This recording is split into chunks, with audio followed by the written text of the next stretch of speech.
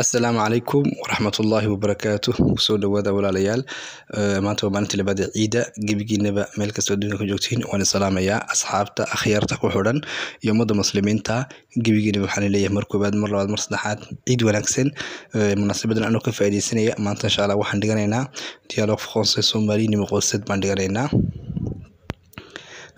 dialogan sidii caadadu ahayd insha Allah waxaan bilaabi doonaa inaan ku akhriyo lecture outfo casharka quraan u akhriyo laba jeer isku xigta kadibna insha Allah hadduu Ilaahay dhahdo macnihii baan bilaabi doonaa ka bogasho wacan. Titre: Qui est cette fille? C'est ma petite sœur. Elle est très jolie. Elle te ressemble. Elle s'appelle comment? Merci. Elle s'appelle Chogri. Et qui est sur la photo? Lui, c'est mon frère Jama. Il vit à Madrid. Titre: Qui est cette fille? C'est ma petite sœur. Elle est très jolie. Elle te ressemble. Elle s'appelle comment? Merci. Elle s'appelle Chogri. Qui est sur la photo? Lui, c'est mon frère Jama. Il vient à Madrid. imika waxaan bilaabaynaa hadduu Ilaahay dhahdo macnihii ayaan bilaabaynaa oon isku dul taagayno halka xabad insha Allah. Titre: kelmadda titre su'aasha ninkaniida macnihayga maanta titre kelmadda commentaire-ka hoosta igu soo qor hadduu Ilaahay dhahdo macnihayga. Qui est waxa ka dhanta waa ayo. Qui est waxa ka dhanta waa ayo macnaha maanta u yaalo casharkeenu waa saas.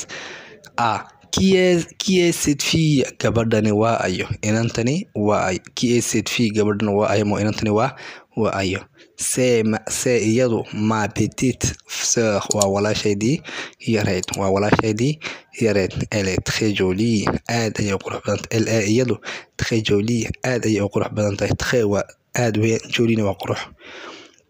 Elle te ressemble. Way ku egta. Elle te ressemble. Way ku egta. Elle s'appelle comment? Elle s'appelle comment? Magaciid. Merci. mahadsanid. Elle s'appelle Shukri. magaciiga Shukri barada. Et qui est sur la photo? taswiirtan waa qofkan ka muuqda. qofkan sawirka ka muuqda waa ayo. Lui.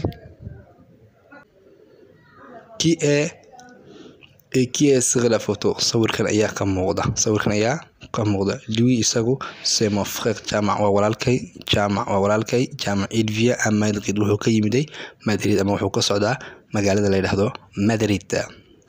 mar labaad baa ku celinaya. Qui est waa ayo. Qui est cette fille? gabadhani waa ayo.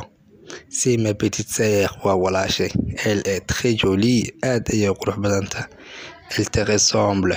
way ku egta. Elle s'appelle comment? magaciid. Elle s'appelle comment? magaciid. Merci. mahadsanid. Elle s'appelle Shukri. magaciiga Shukri baa la yiraahdaa. Et qui est sur la photo? qofkan sawirka ka muuqda waa ayo. Lui qofkan aan sawirka ka muuqda c'est mon frère walaalka Jama weeyaan. Il vient à Madrid. wuxuu ka yimiday ama wuxuu ka socdaa magaalada Madrid.